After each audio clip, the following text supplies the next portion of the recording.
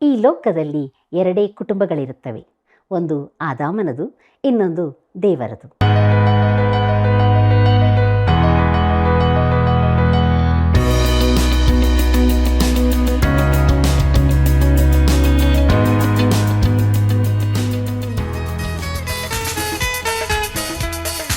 ಅನಂತ ಸ್ತುತಿಗೀತ ಹಾಡಿಕೊಂಡಾಡುವೆ ಯೇಸುವೆ, ಹಲ್ಲೆಲೂಯ ಹಾಡುವೆ ಸ್ವಾಮಿ.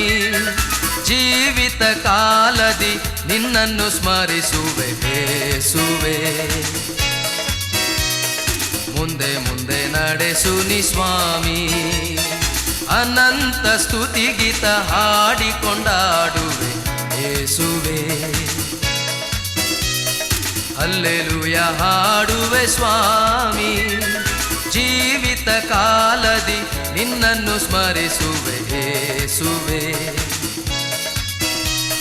ಮುಂದೆ ಮುಂದೆ ನಡೆಸು ನೀ ಸ್ವಾಮಿ.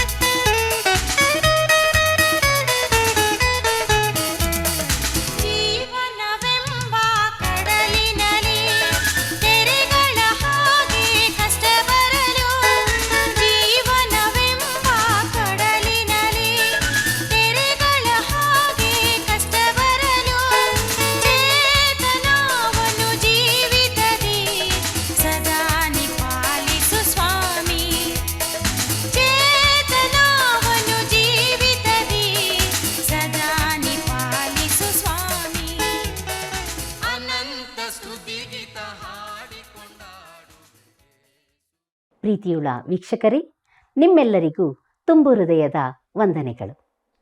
ಇಂದಿನಿಂದ ನಾವು ಹಳೆ ಒಡಂಬಡಿಕೆಯಲ್ಲಿರುವ 1ನೇ ಪೂರ್ವಕಾಲ ವೃತ್ತಾಂತ ಪುಸ್ತಕವನ್ನು ಅಧ್ಯಯನ ಮಾಡಲಿರುವೆವು. ಅನೇಕರು ಇಲ್ಲಿಯವರೆಗೆ ಈ ಪುಸ್ತಕದಲ್ಲಿ ಯಾವ ಆಸಕ್ತಿಕರವಾದ ವಿಷಯ ಇಲ್ಲ ಎಂದು ಬಿಟ್ಟಿರಬಹುದು. ಹೌದು, ಹೊರನೋಟದಲ್ಲಿ ಹಾಗೆ ಕಂಡುಬಂದರೂ ದೇವರು ಬಹು ಅಮೂಲ್ಯವಾದ ಅರ್ಥಗರ್ಭಿತವಾದ ಸಂಗತಿಗಳಲ್ಲಿ ಪೂರ್ವಕಾಲ ವೃತ್ತಾಂತ ಪುಸ್ತಕಗಳನ್ನು ಬರೆದಿಟ್ಟಿದ್ದಾನೆ. ಪ್ರಿಯರೇ, ಪ್ರಾರ್ಥನಾಪೂರ್ವಕವಾಗಿ ನಮ್ಮ ಅಧ್ಯಯನವನ್ನು ಪ್ರಾರಂಭಿಸಿ ಆತ್ಮದಲ್ಲಿ ಬಲ ಹೊಂದೋಣ. ಕರ್ತನಲ್ಲಿ ಪ್ರೀತಿಯುಳ್ಳ ಸಹೋದರ ಸಹೋದರಿಯರೇ, ನಾನು ನಿಮಗೆ ಕೊಟ್ಟ ಆಜ್ಞೆಗಳಿಗೆ ಸರಿಯಾಗಿ ನೀವು ನಡೆದರೆ ನೀವು ನನ್ನ ಸ್ನೇಹಿತರು ಎಂಬುದಾಗಿ ಹೇಳಿದಂಥ ನಮ್ಮ ರಕ್ಷಕನಾದ ಯೇಸು ಕ್ರಿಸ್ತನ ಅತೀ ಪರಿಶುದ್ಧವುಳ್ಳ ನಾಮದಲ್ಲಿ ನಿಮ್ಮೆಲ್ಲರಿಗೂ ನನ್ನ ಹೃದಯಪೂರ್ವಕವಾದ ಪ್ರೀತಿಯ ವಂದನೆಗಳು. ಪ್ರೀತಿಯುಳ್ಳ ದೇವಜನರೇ, ಇಂದಿನಿಂದ ನಾವು ಸತ್ಯವೇದದಲ್ಲಿನ ಹಳೆ ಒಡಂಬಡಿಕೆಯಲ್ಲಿನ 13ನೇ ಪುಸ್ತಕವಾಗಿರುವ 1ನೇ ಪೂರ್ವಕಾಲ ವೃತ್ತಾಂತ ಪುಸ್ತಕದ ಅಧ್ಯಯನವನ್ನು ಪ್ರಾರಂಭಿಸಲಿಕ್ಕಿದ್ದೇವೆ. ಆದುದರಿಂದ ದೇವರಾತ್ಮನ ಸಹಾಯವನ್ನು ಬೇಡಿಕೊಳ್ಳೋಣ. ದೇವರು ತನ್ನ ವಾಕ್ಯದ ಮೂಲಕವಾಗಿ ನಮಗೆ ಸತ್ಯವನ್ನು ತಿಳಿಸುವಾಗ ನಾವು ಅದನ್ನು ಅಂಗೀಕಾರ ಮಾಡಿ ಆತ್ಮದಲ್ಲಿ ಬಲ ಹೊಂದುವುದಕ್ಕಾಗಿ ನಮ್ಮನ್ನು ದೇವರ ಹಸ್ತಕ್ಕೆ ಒಪ್ಪಿಸಿಕೊಟ್ಟು ಇಂದಿನ ಅಧ್ಯಯನವನ್ನು ಪ್ರಾರಂಭಿಸೋಣ.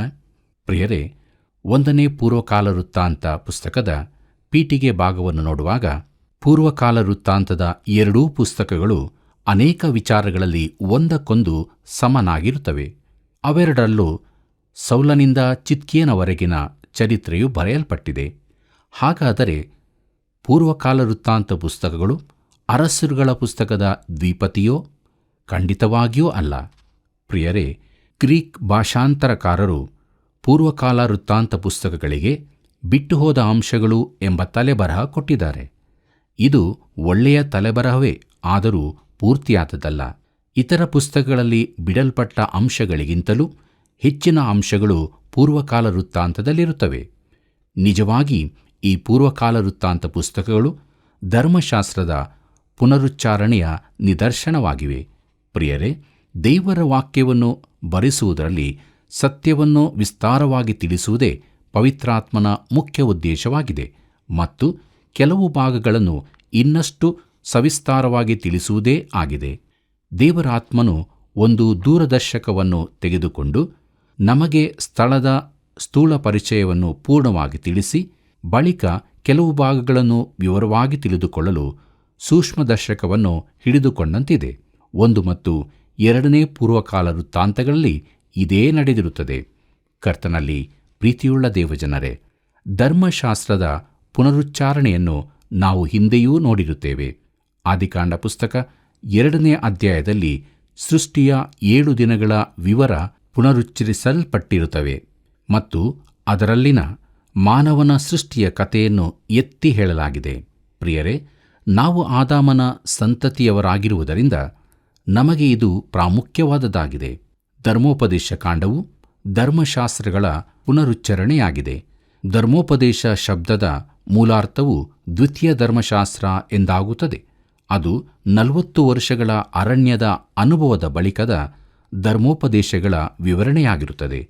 ಕರ್ತನಲ್ಲಿ ಪ್ರೀತಿಯುಳ್ಳ ಸಹೋದರ ಸಹೋದರಿಯರೇ, 1 ಮತ್ತು 2ನೇ ಸಮುವೇಲ ಹಾಗೂ 1 ಮತ್ತು 2ನೇ ಅರಸುಗಳ ಪುಸ್ತಕದಲ್ಲಿನ ವಿಚಾರಗಳನ್ನು 1 ಮತ್ತು 2ನೇ ಪೂರ್ವಕಾಲ ವೃತ್ತಾಂತದಲ್ಲಿ ದೇವರು ಪುನಃ ಎತ್ತಿಕೊಂಡು ತಾನು ಪ್ರಾಮುಖ್ಯವೆಂದು ಭಾವಿಸಿದ ಸಂಗತಿಗಳನ್ನು ಒತ್ತಿ ಹೇಳಿರುತ್ತಾನೆ. ಕೆಲವು ಉದಾಹರಣೆಗಳನ್ನು ನೋಡೋಣ. 1ನೇ ಪೂರ್ವಕಾಲ ವೃತ್ತಾಂತದಲ್ಲಿ ದಾವೀದನಿಗೆ ಪ್ರಾಮುಖ್ಯತೆ ನೀಡಲಾಗಿದೆ. 2ನೇ ಪೂರ್ವಕಾಲ ವೃತ್ತಾಂತದಲ್ಲಿ ದಾವೀದನ ಮುಂದಿನ ಪೀಳಿಗೆಗೆ ಪ್ರಾಮುಖ್ಯತೆ ನೀಡಲಾಗಿದೆ. ಪ್ರಿಯರೇ, ಉತ್ತರ ದಕ್ಷಿಣ ರಾಜ್ಯಗಳ ವಿಭಾಗವಾಗುವಾಗ ಆ ಸಂದರ್ಭದಲ್ಲಿ ಉತ್ತರದ ರಾಜ್ಯವನ್ನು ಪೂರ್ಣವಾಗಿ ನಿರ್ಲಕ್ಷಿಸಲಾಗಿದೆ. ಈ ಪುಸ್ತಕಗಳಲ್ಲಿ ದಾವೀದನ ಪಾಪಕೃತ್ಯದ ಕುರಿತಾಗಿ ಬರೆದಿಲ್ಲ. ಯಾಕೆಂದರೆ ದೇವರು ಅದನ್ನು ಸಂಪೂರ್ಣವಾಗಿ ಕ್ಷಮಿಸಿದ್ದರಿಂದ ಅದನ್ನು ಮತ್ತೊಮ್ಮೆ ಪ್ರಸ್ತಾಪಿಸಲಿಚ್ಛಿಸಲಿಲ್ಲ. ದೇವರು ಕ್ಷಮಿಸಿದಾಗ ಮರೆತು ಬಿಡುತ್ತಾನೆ. ಅರಸುಗಳ ಪುಸ್ತಕದಲ್ಲಿ ಸಿಂಹಾಸನಗಳ ದೃಷ್ಟಿಕೋನದಿಂದ ಜನಾಂಗದ ಚರಿತ್ರೆ ಹೇಳಲ್ಪಟ್ಟಿದೆ. ಆದರೆ ಪೂರ್ವಕಾಲ ವೃತ್ತಾಂತಗಳಲ್ಲಿ ಯಜ್ಞವೇದಿಯ ದೃಷ್ಟಿಕೋನದಿಂದ ಹೇಳಲ್ಪಟ್ಟಿದೆ. ಪ್ರಿಯರೇ, ಅರಸುಗಳ ಪುಸ್ತಕದಲ್ಲಿ ಅರಮನೆಗಳು ಕೇಂದ್ರ ಬಿಂದುವಾಗಿದ್ದವು. ಪೂರ್ವಕಾಲ ವೃತ್ತಾಂತದಲ್ಲಿ ದೇವಾಲಯವು ಕೇಂದ್ರವಾಗಿದೆ. ಅರಸುಗಳು ದೇಶದ ರಾಜಕೀಯ ಚರಿತ್ರೆಯನ್ನು ನೀಡುತ್ತದೆ. ಪೂರ್ವಕಾಲ ವೃತ್ತಾಂತವು ಧಾರ್ಮಿಕ ಚರಿತ್ರೆಯನ್ನು ತಿಳಿಸುತ್ತದೆ. ಪೂರ್ವಕಾಲ ವೃತ್ತಾಂತವು ಅರಸುಗಳ ಪುಸ್ತಕದ ವಿವರಣೆಯಾಗಿದೆ. ಅರಸುಗಳ ಪುಸ್ತಕವಿಡೀ ರಾಜಕಾಲ ವೃತ್ತಾಂತಗಳಲ್ಲಿ ಬರೆಯಲ್ಪಟ್ಟಿವೆ ಎಂಬ ಮಾತನ್ನು ನಾವು ಆಗಾಗ ಓದುತ್ತೇವೆ. ಹೀಗೆ ಪೂರ್ವಕಾಲ ವೃತ್ತಾಂತಗಳು ಅರಸುಗಳ ಪುಸ್ತಕಗಳ ವಿವರಣೆಯಾಗಿದೆ ಮತ್ತು ಅರಸುಗಳ ಪುಸ್ತಕಗಳಲ್ಲಿ ಮಾನವನ ದೃಷ್ಟಿಕೋನವಿದೆ. ಪೂರ್ವಕಾಲ ವೃತ್ತಾಂತಗಳಲ್ಲಿ ದೇವರ ದೃಷ್ಟಿಕೋನವಿದೆ. ಕರ್ತನಲ್ಲಿ ಪ್ರೀತಿಯುಳ್ಳ ದೇವಜನರೇ, ಈ ಪೂರ್ವಕಾಲ ವೃತ್ತಾಂತಗಳನ್ನು ಎಜ್ರನು ಬರೆದಿರಬಹುದು. ಎಜ್ರ ನೆಹೆಮಿಯ ಪುಸ್ತಕಗಳ ಶೈಲಿಗೂ ಪೂರ್ವಕಾಲ ವೃತ್ತಾಂತದ ಶೈಲಿಗೂ ಹೋಲಿಕೆಯಿದೆ. ಇಸ್ರಾಯೇಲ್ಯರು ಬ್ಯಾಬಿಲೋನಿಗೆ ಸರಿಯಾಗಿ ಹೋದ ಕಾಲದಲ್ಲಿ ಈ ಪುಸ್ತಕಗಳು ಬರೆಯಲ್ಪಟ್ಟಿವೆ. ಈ ಎರಡೂ ಪುಸ್ತಕಗಳು ಮೂಲದಲ್ಲಿ ಒಂದೇ ಗ್ರಂಥವಾಗಿದ್ದುದು ಅಲ್ಲದೆ ಎಜ್ರ ನೆಹೆಮಿಯ ಪುಸ್ತಕಗಳು ಅವುಗಳೊಂದಿಗೆ ಸೇರಿಕೊಂಡಿದ್ದವು. ಆದ್ದರಿಂದಲೇ ಇವನ್ನು ಎಜ್ರನು ಬರೆದಿರಬಹುದೆಂಬ ಮಾತಿಗೆ ಪುಷ್ಟಿ ಸಿಗುತ್ತದೆ. ಪ್ರೀತಿಯುಳ್ಳ ದೇವಜನರೇ, ಮುಂದಕ್ಕೆ ನಾವು 1ನೇ ಪೂರ್ವಕಾಲ ವೃತ್ತಾಂತ ಪುಸ್ತಕದ ರೂಪುರೇಖೆಯನ್ನು ಗಮನಿಸೋಣ. ಅವುಗಳಲ್ಲಿ ಮೊದಲನೆಯದು ವಂಶಾವಳಿಗಳು, 1ನೇ ಅಧ್ಯಾಯದಿಂದ 9ನೇ ಅಧ್ಯಾಯದವರೆಗೆ. 2ನೇದು ಸೌಲನ ಆಳ್ವಿಕೆ, 10ನೇ ಅಧ್ಯಾಯ. 3ನೇಯದು ದಾವೀದನ ಆಳ್ವಿಕೆ, 11ನೇ ಅಧ್ಯಾಯದಿಂದ 29ನೇ ಅಧ್ಯಾಯಗಳು. 4ನೇದಾಗಿ ದಾವೀದನ ಶೂರಭಟರು, 11 ಮತ್ತು 12ನೇ ಅಧ್ಯಾಯಗಳು. 5ನೇದಾಗಿ ದಾವೀದನು ಮಂಜೂಷವು, 13ನೇ ಅಧ್ಯಾಯದಿಂದ 16ನೇ ಅಧ್ಯಾಯಗಳು. 6ನೇದಾಗಿ ದಾವೀದನು ದೇವಾಲಯವು, 17ನೇ ಅಧ್ಯಾಯ. 7ನೇದಾಗಿ ದಾವೀದನ ಯುದ್ಧಗಳು, 18ರಿಂದ 20ನೇ ಅಧ್ಯಾಯದವರೆಗೆ. 9ನೇದಾಗಿ ಕಾನ್ವೇಶ್ಮಾರಿ ನಡೆಸಿ ದಾವೀದನು ಪಾಪ ಮಾಡಿದ್ದು, 21ನೇ ಅಧ್ಯಾಯ. 10ನೇದಾಗಿ ದೇವಾಲಯ ಕಟ್ಟಲು ದಾವೀದನು ಮಾಡಿದ ಸಿದ್ಧತೆಗಳು, ಏರ್ಪಾಟುಗಳು, 22ನೇ ಅಧ್ಯಾಯದಿಂದ 29ನೇ ಅಧ್ಯಾಯಗಳವರೆಗೆ. ಪ್ರೀತಿಯುಳ್ಳ ದೇವಜನರೇ, ಇಲ್ಲಿಯವರೆಗೆ 1ನೇ ಪೂರ್ವಕಾಲ ವೃತ್ತಾಂತದ ರೂಪುರೇಖೆಗಳನ್ನು, ಪೀಠಿಕೆ ಭಾಗವನ್ನು ನಾವು ಅಧ್ಯಯನ ಮಾಡಿದ್ದೇವೆ. ದೇವರು ನಮಗೆ ತಿಳಿಸಿದಂಥ ಸತ್ಯಗಳಿಗಾಗಿ ಆತನಿಗೆ ಸ್ತೋತ್ರ ಹೇಳುತ್ತಾ ಮುಂದಕ್ಕೆ ನಾವು 1ನೇ ಪೂರ್ವಕಾಲ ವೃತ್ತಾಂತ ಪುಸ್ತಕದ 1ನೇ ಅಧ್ಯಾಯದಿಂದ 9ನೇ ಅಧ್ಯಾಯದ 2ನೇ ವಚನದವರೆಗೆ ಧ್ಯಾನ ಮಾಡೋಣ. ಮುಖ್ಯ ಪ್ರಸ್ತಾಪವನ್ನು ನೋಡುವಾಗ ವಂಶಾವಳಿಗಳು ಎಂಬುದಾಗಿ ಬರೆಯಲ್ಪಟ್ಟಿದೆ.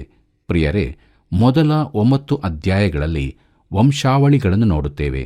ಅನೇಕ ವಿಚಾರಗಳಲ್ಲಿ ಈ ಭಾಗವು ಸತ್ಯವೇದದ ಅತೀ ಮುಖ್ಯ ಭಾಗವಾಗಿದೆ. ಇದು ಪ್ರಾರಂಭವಾಗುವ ರೀತಿಯನ್ನು ಗಮನಿಸಿರಿ. ಆದಾಮ, ಸೇತ, ಹಾನೋಕ, ಕೇನಾನ, ಮಹಾಲಲೇಲ, ಎರೇದನು, ನೋಹ, ಶೇಮ್, ಹಾಮ್, ಯೆಫೆತರು. 1ನೇ ಪೂರ್ವಕಾಲ ವೃತ್ತಾಂತ 1ನೇ ಅಧ್ಯಾಯ ಮೊದಲಿನ 4 ವಚನಗಳು. ಪ್ರಿಯರೇ, ಈ ವ್ಯಕ್ತಿಗಳ ಕುರಿತಾಗಿ ನಾವು ಆದಿಕಾಂಡದ ಮೊದಲ 8 ಅಧ್ಯಾಯಗಳಲ್ಲಿ ಓದಿದ್ದೇವೆ. ಇಲ್ಲಿನ ವಂಶಾವಳಿಯನ್ನು ಗಮನಿಸುವಾಗ ಆದಿಕಾಂಡದಲ್ಲಿನ ಕ್ರಮವನ್ನೇ ಗಮನಿಸುತ್ತೇವೆ. ಅಂದರೆ ತಿರಸ್ಕರಿಸಲ್ಪಟ್ಟ ಕುಲಗಳನ್ನು ಮೊದಲು ಹೇಳಿ ಬಳಿಕ ಯೇಸು ಕ್ರಿಸ್ತನವರೆಗೆ ಮುಂದುವರಿದ ಕುಲಗಳ ಕುರಿತಾಗಿ ಓದುತ್ತೇವೆ. ಪ್ರೀತಿಯುಳ್ಳ ದೇವಜನರೇ, ಯೆಫೆತನ ಹಾಗೂ ಹಾಮನ ಮಕ್ಕಳ ಹೆಸರುಗಳು ಹೇಳಲ್ಪಟ್ಟಿವೆ. ಕೊನೆಗೆ ಶೇಮನ ಮಕ್ಕಳು. ಶೇಮನ ಸಂತತಿಯ ವಿಚಾರ ಮಾತ್ರ ಮುಂದುವರಿಸಲ್ಪಟ್ಟಿದೆ. ಬಳಿಕ ಅಬ್ರಹಾಮನ ಸಂತತಿಯ ಕುರಿತಾಗಿದೆ. ಇಸ್ಮಾಯೇಲ ಹಾಗೂ ಅವನ ಮಕ್ಕಳು, ಕೆಟೂರಳಿಂದ ಅಬ್ರಹಾಮನಿಗೆ ಹುಟ್ಟಿದ ಮಕ್ಕಳು, ಕೊನೆಗೆ ಅಬ್ರಹಾಮನ ಮಗನಾದ ಈಸಾಕನ ಕುರಿತಾಗಿ ಇದೆ. ಪ್ರಿಯರೇ, ಈಸಾಕನ ವಂಶಾವಳಿ ಮುಂದುವರಿಸಲ್ಪಟ್ಟಿದೆ. ಮೊದಲಿಗೆ ಏಸಾವನ ಸಂತತಿಯವರ ಕುರಿತಾಗಿ ಇದೆ. ಆದರೆ ಕರ್ತನಾದ ಯೇಸುವಿನ ತನಕ ಮುಂದುವರಿಯುವ ವಂಶಾವಳಿಯು ಈಸಾಕನ ಇನ್ನೊಬ್ಬ ಮಗನಾದ ಯಾಕೋಬನಿಂದಾಗುತ್ತದೆ. ಪ್ರೀತಿಯುಳ್ಳ ಸಹೋದರ ಸಹೋದರಿಯರೇ, 2ನೇ ಅಧ್ಯಾಯದಲ್ಲಿ ಯಾಕೋಬನ ವಂಶಾವಳಿ ಆರಂಭವಾಗುತ್ತದೆ. ಇದು 9ನೇ ಅಧ್ಯಾಯದವರೆಗೂ ಮುಂದುವರಿಯುತ್ತದೆ. 13ರಿಂದ 15 ವಚನಗಳಲ್ಲಿ ಈಶಾಯನ ಮಕ್ಕಳ ಕುರಿತಾಗಿ ಇದೆ. ಅವರಲ್ಲಿ ಒಬ್ಬನು ದಾವೀದನು. ಅವನ ಸಂತತಿಯನ್ನು ನಾವು ನೋಡುತ್ತಾ ಹೋಗಬೇಕು.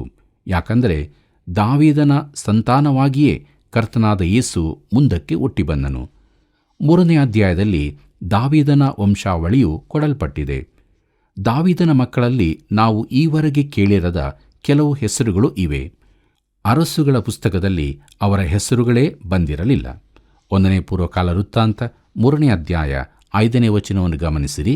ಅಲ್ಲಿ ಹೀಗೆ ಬರೆಯಲ್ಪಟ್ಟಿದೆ: ಯೆರೂಸಲೇಮಿನಲ್ಲಿರುವಾಗ ಅವನಿಗೆ ಶಿಮ್ಮ, ಶೋಬಾಬ್, ನಾತಾನ್, ಸೊಲೊಮೋನ್ ಎಂಬ 4 ಅಮ್ಮಿಯೇಲನ ಮಗಳಾದ ಬತ್ಷೂವರಲ್ಲಿ ಹುಟ್ಟಿದರು ಎಂಬುದಾಗಿ. ಪ್ರೀತಿಯುಳ್ಳ ದೇವಜನರೇ, ಶಿಮ್ಮ, ಶೋಬಾಬ್ ಎಂಬ ಹೆಸರುಗಳನ್ನು ನೀವು ಕೇಳಿದ್ದೀರೋ? ಸೊಲೊಮೋನನು ನಮಗೆ ಗೊತ್ತು. ಆದರೆ ನಾತಾನನು ಯಾರು? ಲೂಕನ ಸುವಾರ್ತೆಯಲ್ಲಿ ಬರೆದಿರುವ ಯೇಸು ಕ್ರಿಸ್ತನ ವಂಶಾವಳಿಯನ್ನು ನೋಡುವುದಾದರೆ ಅಲ್ಲಿನ ವಂಶಾವಳಿ ಸೊಲೊಮೋನನ ಬದಲಾಗಿ ನಾತಾನನ ಮೂಲಕ ಹರಿದು ಬರುತ್ತದೆ. ಯೇಸುವಿನ ತಾಯಿಯು ನಾತಾನನ ವಂಶದಿಂದ ಬಂದವಳು. ಯೋಸೇಫನ ವಂಶಾವಳಿ ಸೊಲೊಮೋನನ ಮೂಲಕ ಬಂದಿದೆ. ಮತ್ತಾಯನ ಸುವಾರ್ತೆಯಲ್ಲಿ ನೋಡುವುದಾದರೆ ಯೇಸುವಿಗೆ ದಾವೀದನ ಸಿಂಹಾಸನವು ಸೊಲೊಮೋನನಿಂದ ಬರುತ್ತದೆ. ಲೂಕನ ಸುವಾರ್ತೆಯಲ್ಲಿ ನೋಡುವಾಗ ಅವನ ರಕ್ತ ಸಂಬಂಧವು ನಾತಾನನಿಂದ ಬರುತ್ತದೆ. ಇದು ಪ್ರಾಮುಖ್ಯವಾದದ್ದು. ಯಾಕೆಂದರೆ ಸೊಲೊಮೋನನ ವಂಶಾವಳಿ ಬರುವಾಗ ಏಕೋನ್ಯನು ಕಂಡುಬರುತ್ತಾನೆ. ಕರ್ತನು ಇವನನ್ನು ಕೋನಾಯನೆಂದು ಹೇಳಿದ್ದಾನೆ. ಯೆರೆಮೀಯನ ಪ್ರವಾದನೆ ಗ್ರಂಥ 22ನೇ ಅಧ್ಯಾಯ 30ನೇ ವಚನದಲ್ಲಿ ಹೀಗೆ ಓದುತ್ತೇವೆ: ಯೆಹೋವನು ಇಂತೆನ್ನುತ್ತಾನೆ, ಇವನನ್ನು ಮಕ್ಕಳಿಲ್ಲದವನು, ವ್ಯರ್ಥ ಜನ್ಮದವನು ಎಂದು ಪಟ್ಟಿಯಲ್ಲಿ ಬರೆಯಿರಿ. ಇವನ ಸಂತಾನದಲ್ಲಿ ಇನ್ನು ಮೇಲೆ ಯಾವನು ದಾವೀದನ ಸಿಂಹಾಸನದಲ್ಲಿ ಕೂತು ಯೆಹೂದವನ್ನು ಆಳಿ ಬಾಳನು ಎಂಬುದಾಗಿ. ಪ್ರಿಯರೇ, ಮೆಸ್ಸಿಯನ ವಂಶಾವಳಿಯಲ್ಲಿ ಇನ್ನೊಬ್ಬನು ನಡುವೆ ಸೇರಿಕೊಂಡಿದ್ದಾನೆ. ಇದರ ಪ್ರಕಾರ ಯೋಸೇಫನು ಯೇಸುವಿನ ಶಾರೀರಿಕ ತಂದೆಯಾಗಿಲ್ಲವೆಂದು, ಆತನು ಕನ್ನಿಕೆಯಲ್ಲಿ ಹುಟ್ಟಿದವನೆಂದು ತಿಳಿದುಬರುತ್ತದೆ. ಕರ್ತನಲ್ಲಿ ಪ್ರಿಯರೇ, 4ನೇ ಅಧ್ಯಾಯದಲ್ಲಿ ಯೆಹೂದ ವಂಶಾವಳಿಯ ಕಾಲೇಬ ಮತ್ತು ಶೇಲ್ನ ಮುಖಾಂತರ ಬಂದದ್ದಾಗಿ ಬರೆದಿದೆ. ಇದು ಸಿಮೆಯೋನನ ಗೋತ್ರವು. 5ನೇ ಅಧ್ಯಾಯದಲ್ಲಿ ಸೆರೆಯಾಗಿ ಹೋಗುವವರೆಗಿನ ರೂಬೇನ್ ಕುಲದ ಕುರಿತಾಗಿ ಬರೆದಿದೆ. 1ನೇ ಪೂರ್ವಕಾಲ ವೃತ್ತಾಂತ 5ನೇ ಅಧ್ಯಾಯ 1 ಮತ್ತು 2ನೇ ವಚನವನ್ನು ಗಮನಿಸಿರಿ. ಅಲ್ಲಿ ಹೀಗೆ ಬರೆಯಲ್ಪಟ್ಟಿದೆ: ಇಸ್ರಾಯೇಲನ ಚೊಚ್ಚಲ ಮಗನಾದ ರೂಬೇನನ ವಂಶಾವಳಿ. ರೂಬೇನನು ಚೊಚ್ಚಲನಾಗಿದ್ದರೂ ಅವನು ತನ್ನ ತಂದೆಯ ಹಾಸಿಗೆಯನ್ನು ಹೊಲೆ ಮಾಡಿದ್ದರಿಂದ ಅವನ ಹಕ್ಕು ಇಸ್ರಾಯೇಲನ ಮಗನಾದ ಯೋಸೇಫನ ಕುಲಕ್ಕೆ ಕೊಡಲ್ಪಟ್ಟಿತು.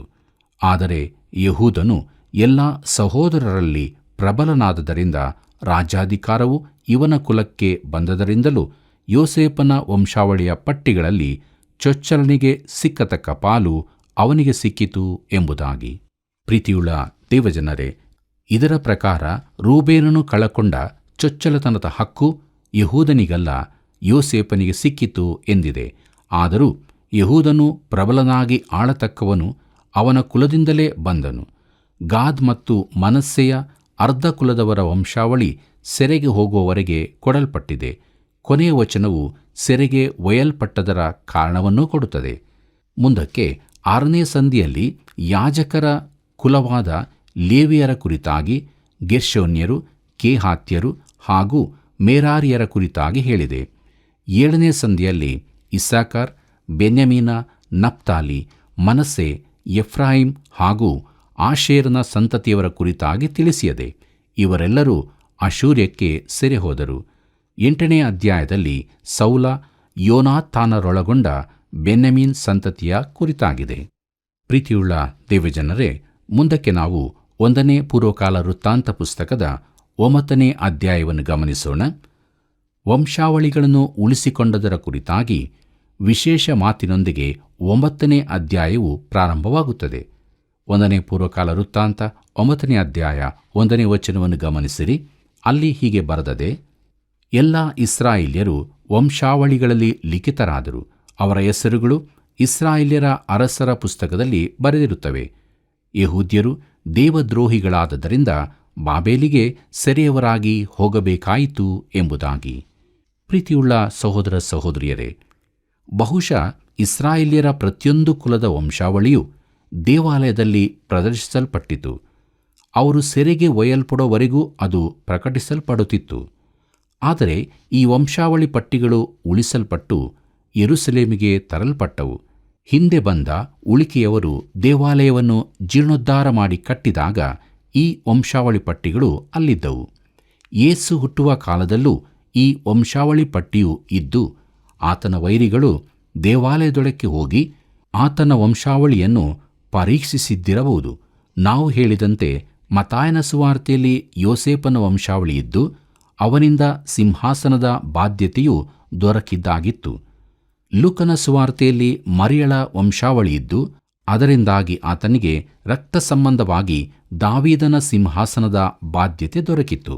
ಪ್ರಿಯರೇ, ನಮಗೆ ತಿಳಿದ ಪ್ರಕಾರ ಯೇಸು ಕ್ರಿಸ್ತನ ವಂಶಾವಳಿಯನ್ನು ಯಾರೂ ಪ್ರಶ್ನಿಸಲಿಲ್ಲ. ಅದು ನಿಖರವಾದದ್ದಾಗಿತ್ತು. ಎಲ್ಲರೂ ನೋಡಬಹುದಾದ ರೀತಿಯಲ್ಲಿತ್ತು. ಪ್ರೀತಿಯುಳ್ಳ ದೇವಜನರೇ, ಕ್ರಿಸ್ತ ಶಕ 70ರಲ್ಲಿ ದೇವಾಲಯವು ರೋಮಾಯನಾದ ಟೈಟಸನಿಂದ ನಾಶ ಮಾಡಲ್ಪಟ್ಟಾಗ ಅಲ್ಲಿಂದ ಈ ವಂಶಾವಳಿ ಪಟ್ಟಿಗಳು ನಾಶವಾಗಿದ್ದಿರಬಹುದು. ಪೂರ್ವಕಾಲ ವೃತ್ತಾಂತದಲ್ಲಿನ ವಂಶಾವಳಿಗಳು ಅವರು ಸರಿಯಾಗಿ ಹೋಗುವ ಅವಧಿಯವರೆಗೆ ಇದ್ದದ್ದನ್ನು ಗಮನಿಸಬಹುದು. ಬಳಿಕ ಇಸ್ರಾಯೇಲರಲ್ಲಿ ಉಳಿದ ಸ್ವಲ್ಪ ಜನ ಹಿಂತಿರುಗಿ ಬಂದಾಗ ಕರ್ತನಾದ ಯೇಸು ಈ ಲೋಕಕ್ಕೆ ಬರುವವರೆಗಿನ ವಂಶಾವಳಿಗಳು ಮುಂದುವರಿಸಲ್ಪಟ್ಟವು.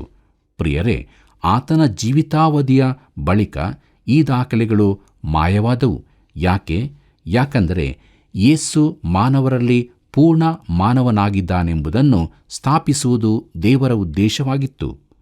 ಯೇಸು ಕ್ರಿಸ್ತನು ಆದಾಮನ ವಂಶದಿಂದ ಬಂದವನಾಗಿದ್ದು, ಆತನು ಕೊನೆ ಆದಾಮನಾಗಿದ್ದಾನೆ. ಮೂರನೆಯ ಆದಾಮನಿಲ್ಲ ಎಂಬುದನ್ನು ನಾವು ತಿಳಿದುಕೊಳ್ಳಬೇಕೆಂದು ದೇವರ ಇಚ್ಛೆಯಾಗಿತ್ತು. ಪ್ರಿಯರೇ, ಯೇಸುವು ಆ ವಂಶದ ಕೊನೆಯವನಾಗಿದ್ದಾನೆ. ಈ ಲೋಕದಲ್ಲಿ ಎರಡೇ ಕುಟುಂಬಗಳಿರುತ್ತದೆ. ಒಂದು ಆದಾಮನದು, ಇನ್ನೊಂದು ದೇವರದು. ಪ್ರೀತಿಯುಳ್ಳ ಸಹೋದರ ಸಹೋದರಿಯರೇ, ಆದಾಮನ ವಂಶವು ನಾಶನಕ್ಕೊಳಗಾದದ್ದು. ನೀವು ಅದರಲ್ಲಿ ಹುಟ್ಟಿದವರು. ನಾವು ಪಾಪಿಗಳಾಗಿ ಹುಟ್ಟಿದ್ದು, ದೇವರಿಂದ ದೂರವಾದವರು, ದೇವರ ಯಾವ ಯೋಗ್ಯತೆಯೂ ಇಲ್ಲದವರಾಗಿದ್ದೆವು. ಪ್ರಿಯರೇ, ಲೋಕದ ಸುತ್ತ ದೃಷ್ಟಿಸುವಾಗ ಈ ದೂರವಾದ ಸ್ಥಿತಿ ನಮಗೆ ಮನದಟ್ಟಾಗುತ್ತದೆ. ಇಡೀ ಮಾನವ ಜನಾಂಗವೇ ಆದಾಮನ ವಂಶದ್ದಾಗಿದೆ ಮತ್ತು ಆದಾಮನಲ್ಲಿ ಎಲ್ಲರೂ ಸಾಯುವರಾಗಿದ್ದೇವೆ. ಆದಾಮನಲ್ಲಿ ನಮಗುಂಟಾದ ಸ್ಥಿತಿಯು ಈ ರೀತಿ ನಿರಾಶಾದಾಯಕವಾದದ್ದೇ ಆಗಿದೆ. ಕರ್ತನಲ್ಲಿ ಪ್ರಿಯರೇ, ಆದರೆ ಕಡೇ ಆದಾಮನಾದ ಕ್ರಿಸ್ತನಲ್ಲಿ ನಮಗೆ ನಿರೀಕ್ಷೆಯಿದೆ. ಆತನು ದೇವರ ಕುಟುಂಬದ ತಲೆಯಾಗಿದ್ದಾನೆ.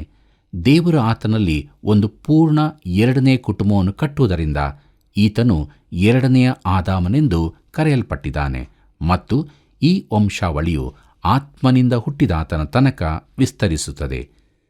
ನಾನು ಕ್ರಿಸ್ತನ ಬಳಿಗೆ ಬಂದು ಆತನಲ್ಲಿ ನಂಬಿಕೆ ಇಟ್ಟೆ. ಆತನು ನನ್ನ ರಕ್ಷಕನು, ಪವಿತ್ರಾತ್ಮನು ಆತನನ್ನು ನನಗೆ ನಿಜವನ್ನಾಗಿ ಮಾಡಿದ್ದಾನೆ ಎಂದು ನೀನು ಹೇಳಬಲ್ಲಿಯಾದರೆ, ಪ್ರಿಯ ಸ್ನೇಹಿತನೇ, ನೀನು ಈ ಕಡೇ ಆದಾಮನ ಕುಟುಂಬಕ್ಕೆ ಸೇರಿದವನಾಗುತ್ತಿ. ಈ ಕುಟುಂಬದಲ್ಲಿ ಜೀವವಿದೆ. ಯೇಸು ಇದನ್ನೇ ತಾನು ತಂದಿದ್ದೇನೆಂದು ಹೇಳಿದ್ದಾನೆ.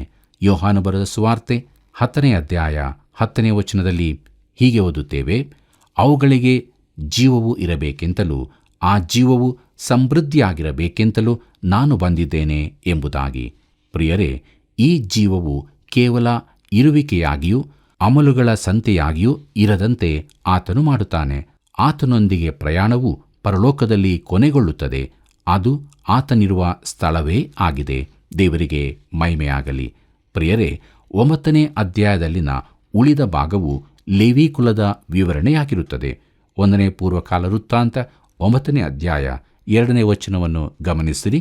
ಅಲ್ಲಿ ಹೀಗೆ ಬರೆಯಲ್ಪಟ್ಟಿದೆ, ಆಗ ಅವರ ಪಟ್ಟಣಗಳನ್ನು ಸ್ವಾಸ್ಥ್ಯವನ್ನು ಮೊದಲು ಸ್ವಾಧೀನ ಮಾಡಿಕೊಂಡವರು ಇಸ್ರಾಯೇಲ್ಯರು, ಯಾಜಕರು, ಲೇವಿಯರು, ದೇವಸ್ಥಾನ ದಾಸರು ಇವರೇ ಎಂಬುದಾಗಿ. ಕರ್ತನಲ್ಲಿ ಪ್ರಿಯರೇ, ಇದರ ಅರ್ಥ ಇಸ್ರಾಯೇಲ್ಯರಲ್ಲಿನ ಮೊದಲನೇ ಕುಲವು ಲೇವಿಯರದ್ದಾಗಿದೆ. ಮೊದಲಿಗೆ ದೇವರ ಸೇವೆಯಲ್ಲಿರುವ ಯಾಜಕರು, ಬಳಿಕ ಲೇವಿಯರು. ಲೇವಿಯ ಕುಲದಲ್ಲಿ ಎಲ್ಲರೂ ದೇವರ ಸೇವೆಯಲ್ಲಿರಲಿಲ್ಲ. ಆರೋನನ ವಂಶದವರು ಮಾತ್ರ ಯಾಜಕರಾಗಿದ್ದರು.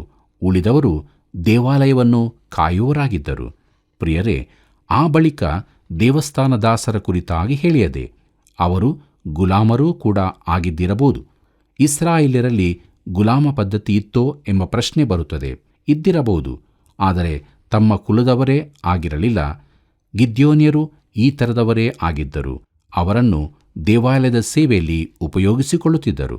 ಅಂದರೆ ದೇವಾಲಯ ಗುಡಿಸಲು, ಪಾತ್ರೆಗಳನ್ನು ಸ್ವಚ್ಛಗೊಳಿಸಲು ಇತ್ಯಾದಿ ಕಾರ್ಯಗಳಿಗಾಗಿ. ಕರ್ತನಲ್ಲಿ ಪ್ರಿಯರೇ, ಈ ಭಾಗದ ಮುಂದಿನ ವಿವರಣೆಯನ್ನು ನಾವು ಮುಂದಿನ ಕಾರ್ಯಕ್ರಮದಲ್ಲಿ ನೋಡಲಿದ್ದೇವೆ. ಆದ್ದರಿಂದ ಮುಂದಿನ ಕಾರ್ಯಕ್ರಮದ ಅಧ್ಯಯನಕ್ಕಾಗಿ ತಾವು ಪ್ರಾರ್ಥನಾಪೂರ್ವಕವಾಗಿ ಸಿದ್ಧರಾಗಬೇಕಾಗಿ ಪ್ರೀತಿಯಿಂದ ಕೇಳಿಕೊಳ್ಳುತ್ತೇನೆ.